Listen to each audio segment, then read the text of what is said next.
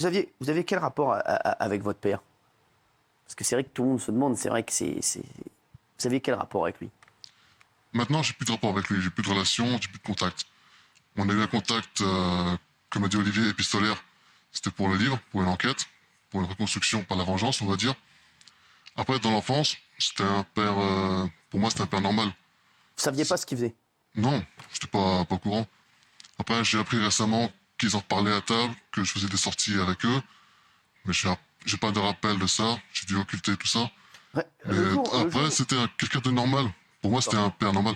Il était pas proche, il était pas paternel. Mais voilà, quand je rentrais, c'était papa, maman. Il travaillait beaucoup à la maison, beaucoup de travaux, la maison était en chantier. Mais sinon, le matin, il partait travailler, il revenait le soir. Il poussait une gueulante quand j'avais des mauvaises notes. Mais voilà.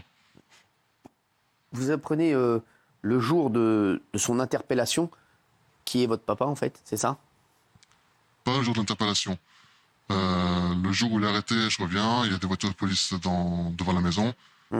Monique ne veut rien me dire, je sais pas. C'est plus tard que j'ai appris la vérité, qu'il a enlevé une fille qui s'est échappée. Et c'est seulement après l'arrestation de Monique, dans les médias, que j'ai appris tout ce qui s'était passé.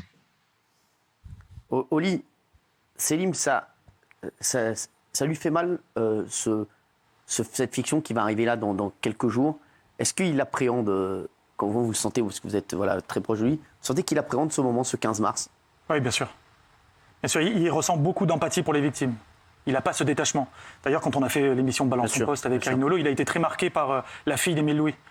Et il sait que lui, c'est un survivant. Et il a quand même réussi à réussir malgré tout. Il incarne un symbole d'espoir. Mais il sait que ce n'est pas le cas de tout le monde, notamment de ses proches qui ont été impactés aussi par cette affaire. Donc aujourd'hui, c'est pour ça qu'il est si actif et qu'il entend faire valoir le respect pour les familles des victimes et les victimes en soi.